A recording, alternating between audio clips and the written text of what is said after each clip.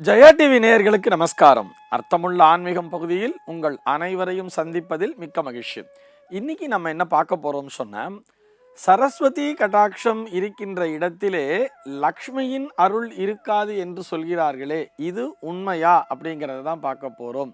இதுக்கு ஒரே வரியில் ஆன்சர் சொல்லணும்னு சொன்னா, நிச்சயமாக இதில் உண்மை இல்லை. சரஸ்வதி கடாட்சம் இருக்கின்ற இடத்திலே தான் லக்ஷ்மியினுடைய அருளும் பரிபூரணமாக இருக்கும். நம்ம அடிப்படையான விஷயங்களையே சரியா புரிஞ்சுக்கிறது இல்லை. சரஸ்வதி கடாட்சம் அப்படின்னு சொன்னா கல்வி அறிவு மட்டும்தான் அப்படிங்கிற மாதிரி நினைச்சுக்கிறோம்.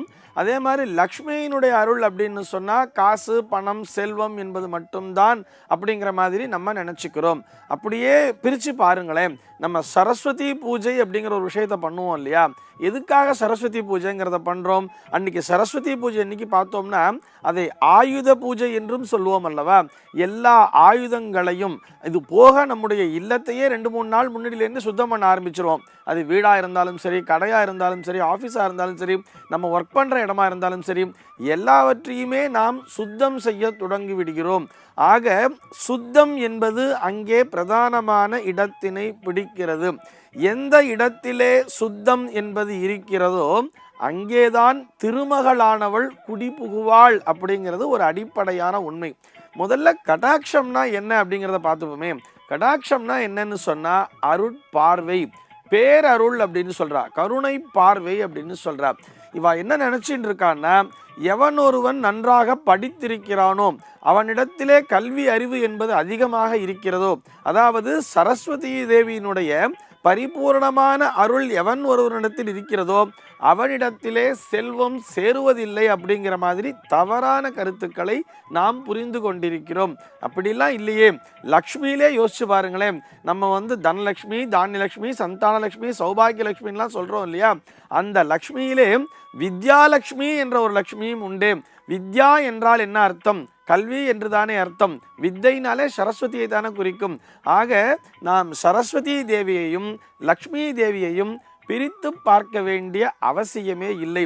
அழகா திருக்குறள்லயே சொல்லியிருப்பா இல்லையா? திருவள்ளுவர் எப்படி சொல்லியிருப்பார்? கேடில் விழிச்செல்வம் கல்வி ஒருவருக்கு மாடல்ல மற்றையவை அப்படின்னு சொல்லியிருக்காரு இல்லையா? அதாவது கல்வி அப்படிங்கிற அந்த கல்வி செல்வம் இருந்துட்டாலே அவங்களுக்கு அந்த அழிந்து போகக்கூடிய பொருட்செல்வத்தை பற்றி கவலையே இல்லை. இந்த கல்வி செல்வம், கல்வியை கூட செல்வம் என்றுதான் குறிப்பிடுகிறார்கள்.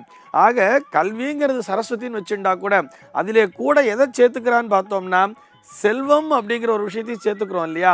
அங்க சரஸ்வதி தேவியோடு லக்ஷ்மி தேவியும் இணைந்துதானே இருக்கிறாள்.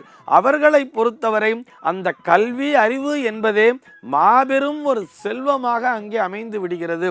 ஆக சரஸ்வதி கடாட்சம் இருக்கின்ற இடத்திலே லக்ஷ்மி கடாட்சம் என்பதும் இணைந்துதான் இருக்கிறது. இதுல உண்மையான ஒரு விஷயம் என்ன தெரியுமா? பரிபூரணமாக அந்த கல்வி அறிவினை பெற்றவர்கள், அந்த சரஸ்வதி தேவியினுடைய அந்த கடாட்சத்தினாலே ஞானத்தினை பெற்றவர்கள் இந்த அழிந்து போகக்கூடிய செல்வத்திற்கு முக்கியத்துவம் தரமாட்டார்கள். அதனை சேர்த்து வைக்க வேண்டும் என்ற எண்ணமே அவர்களிடத்தில் இருப்பதில்லை. இதுதானே உண்மை, இதுதான் அடிப்படையான நிஜமும் கூட. அழகா இன்னொரு திருக்குறள் கூட சொல்லுவா இல்லையா? செல்வத்துள் செல்வம் செவிச்செல்வம் அச்செல்வம் செல்வத்துள் எல்லாம் தலை அப்படின்னே சொல்லிட்டார் இல்லையா? செவிச்செல்வம்னா என்ன? நம்ம கேட்கின்ற விஷயங்கள், நாம் கேட்டு நம்முடைய அறிவை பெருக்கக்கூடிய விஷயங்கள், இதுதானே இருக்கிறதுலேயே ரொம்ப பெரிய செல்வம். செல்வத்துள் எல்லாம் தலை அப்படின்னு சொல்லிட்டார். ஆக லக்ஷ்மி தேவியினுடைய கடாட்சம் இருந்தால்தான் சரஸ்வதியினுடைய கடாட்சமும் கிடைக்கும்.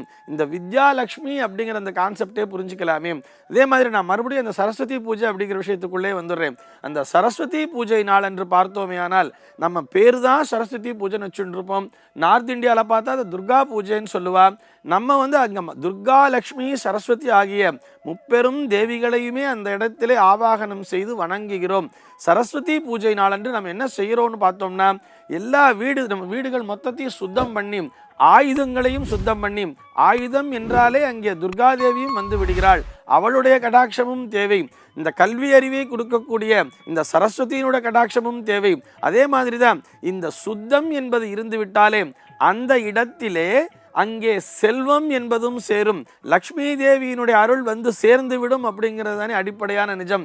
இது இல்லத்தில் மட்டுமல்ல, நம் உள்ளத்திலும் சுத்தம் என்பது இருந்தால்தான் அங்கே லக்ஷ்மி தேவியானவள் குடிபுகுவாள்.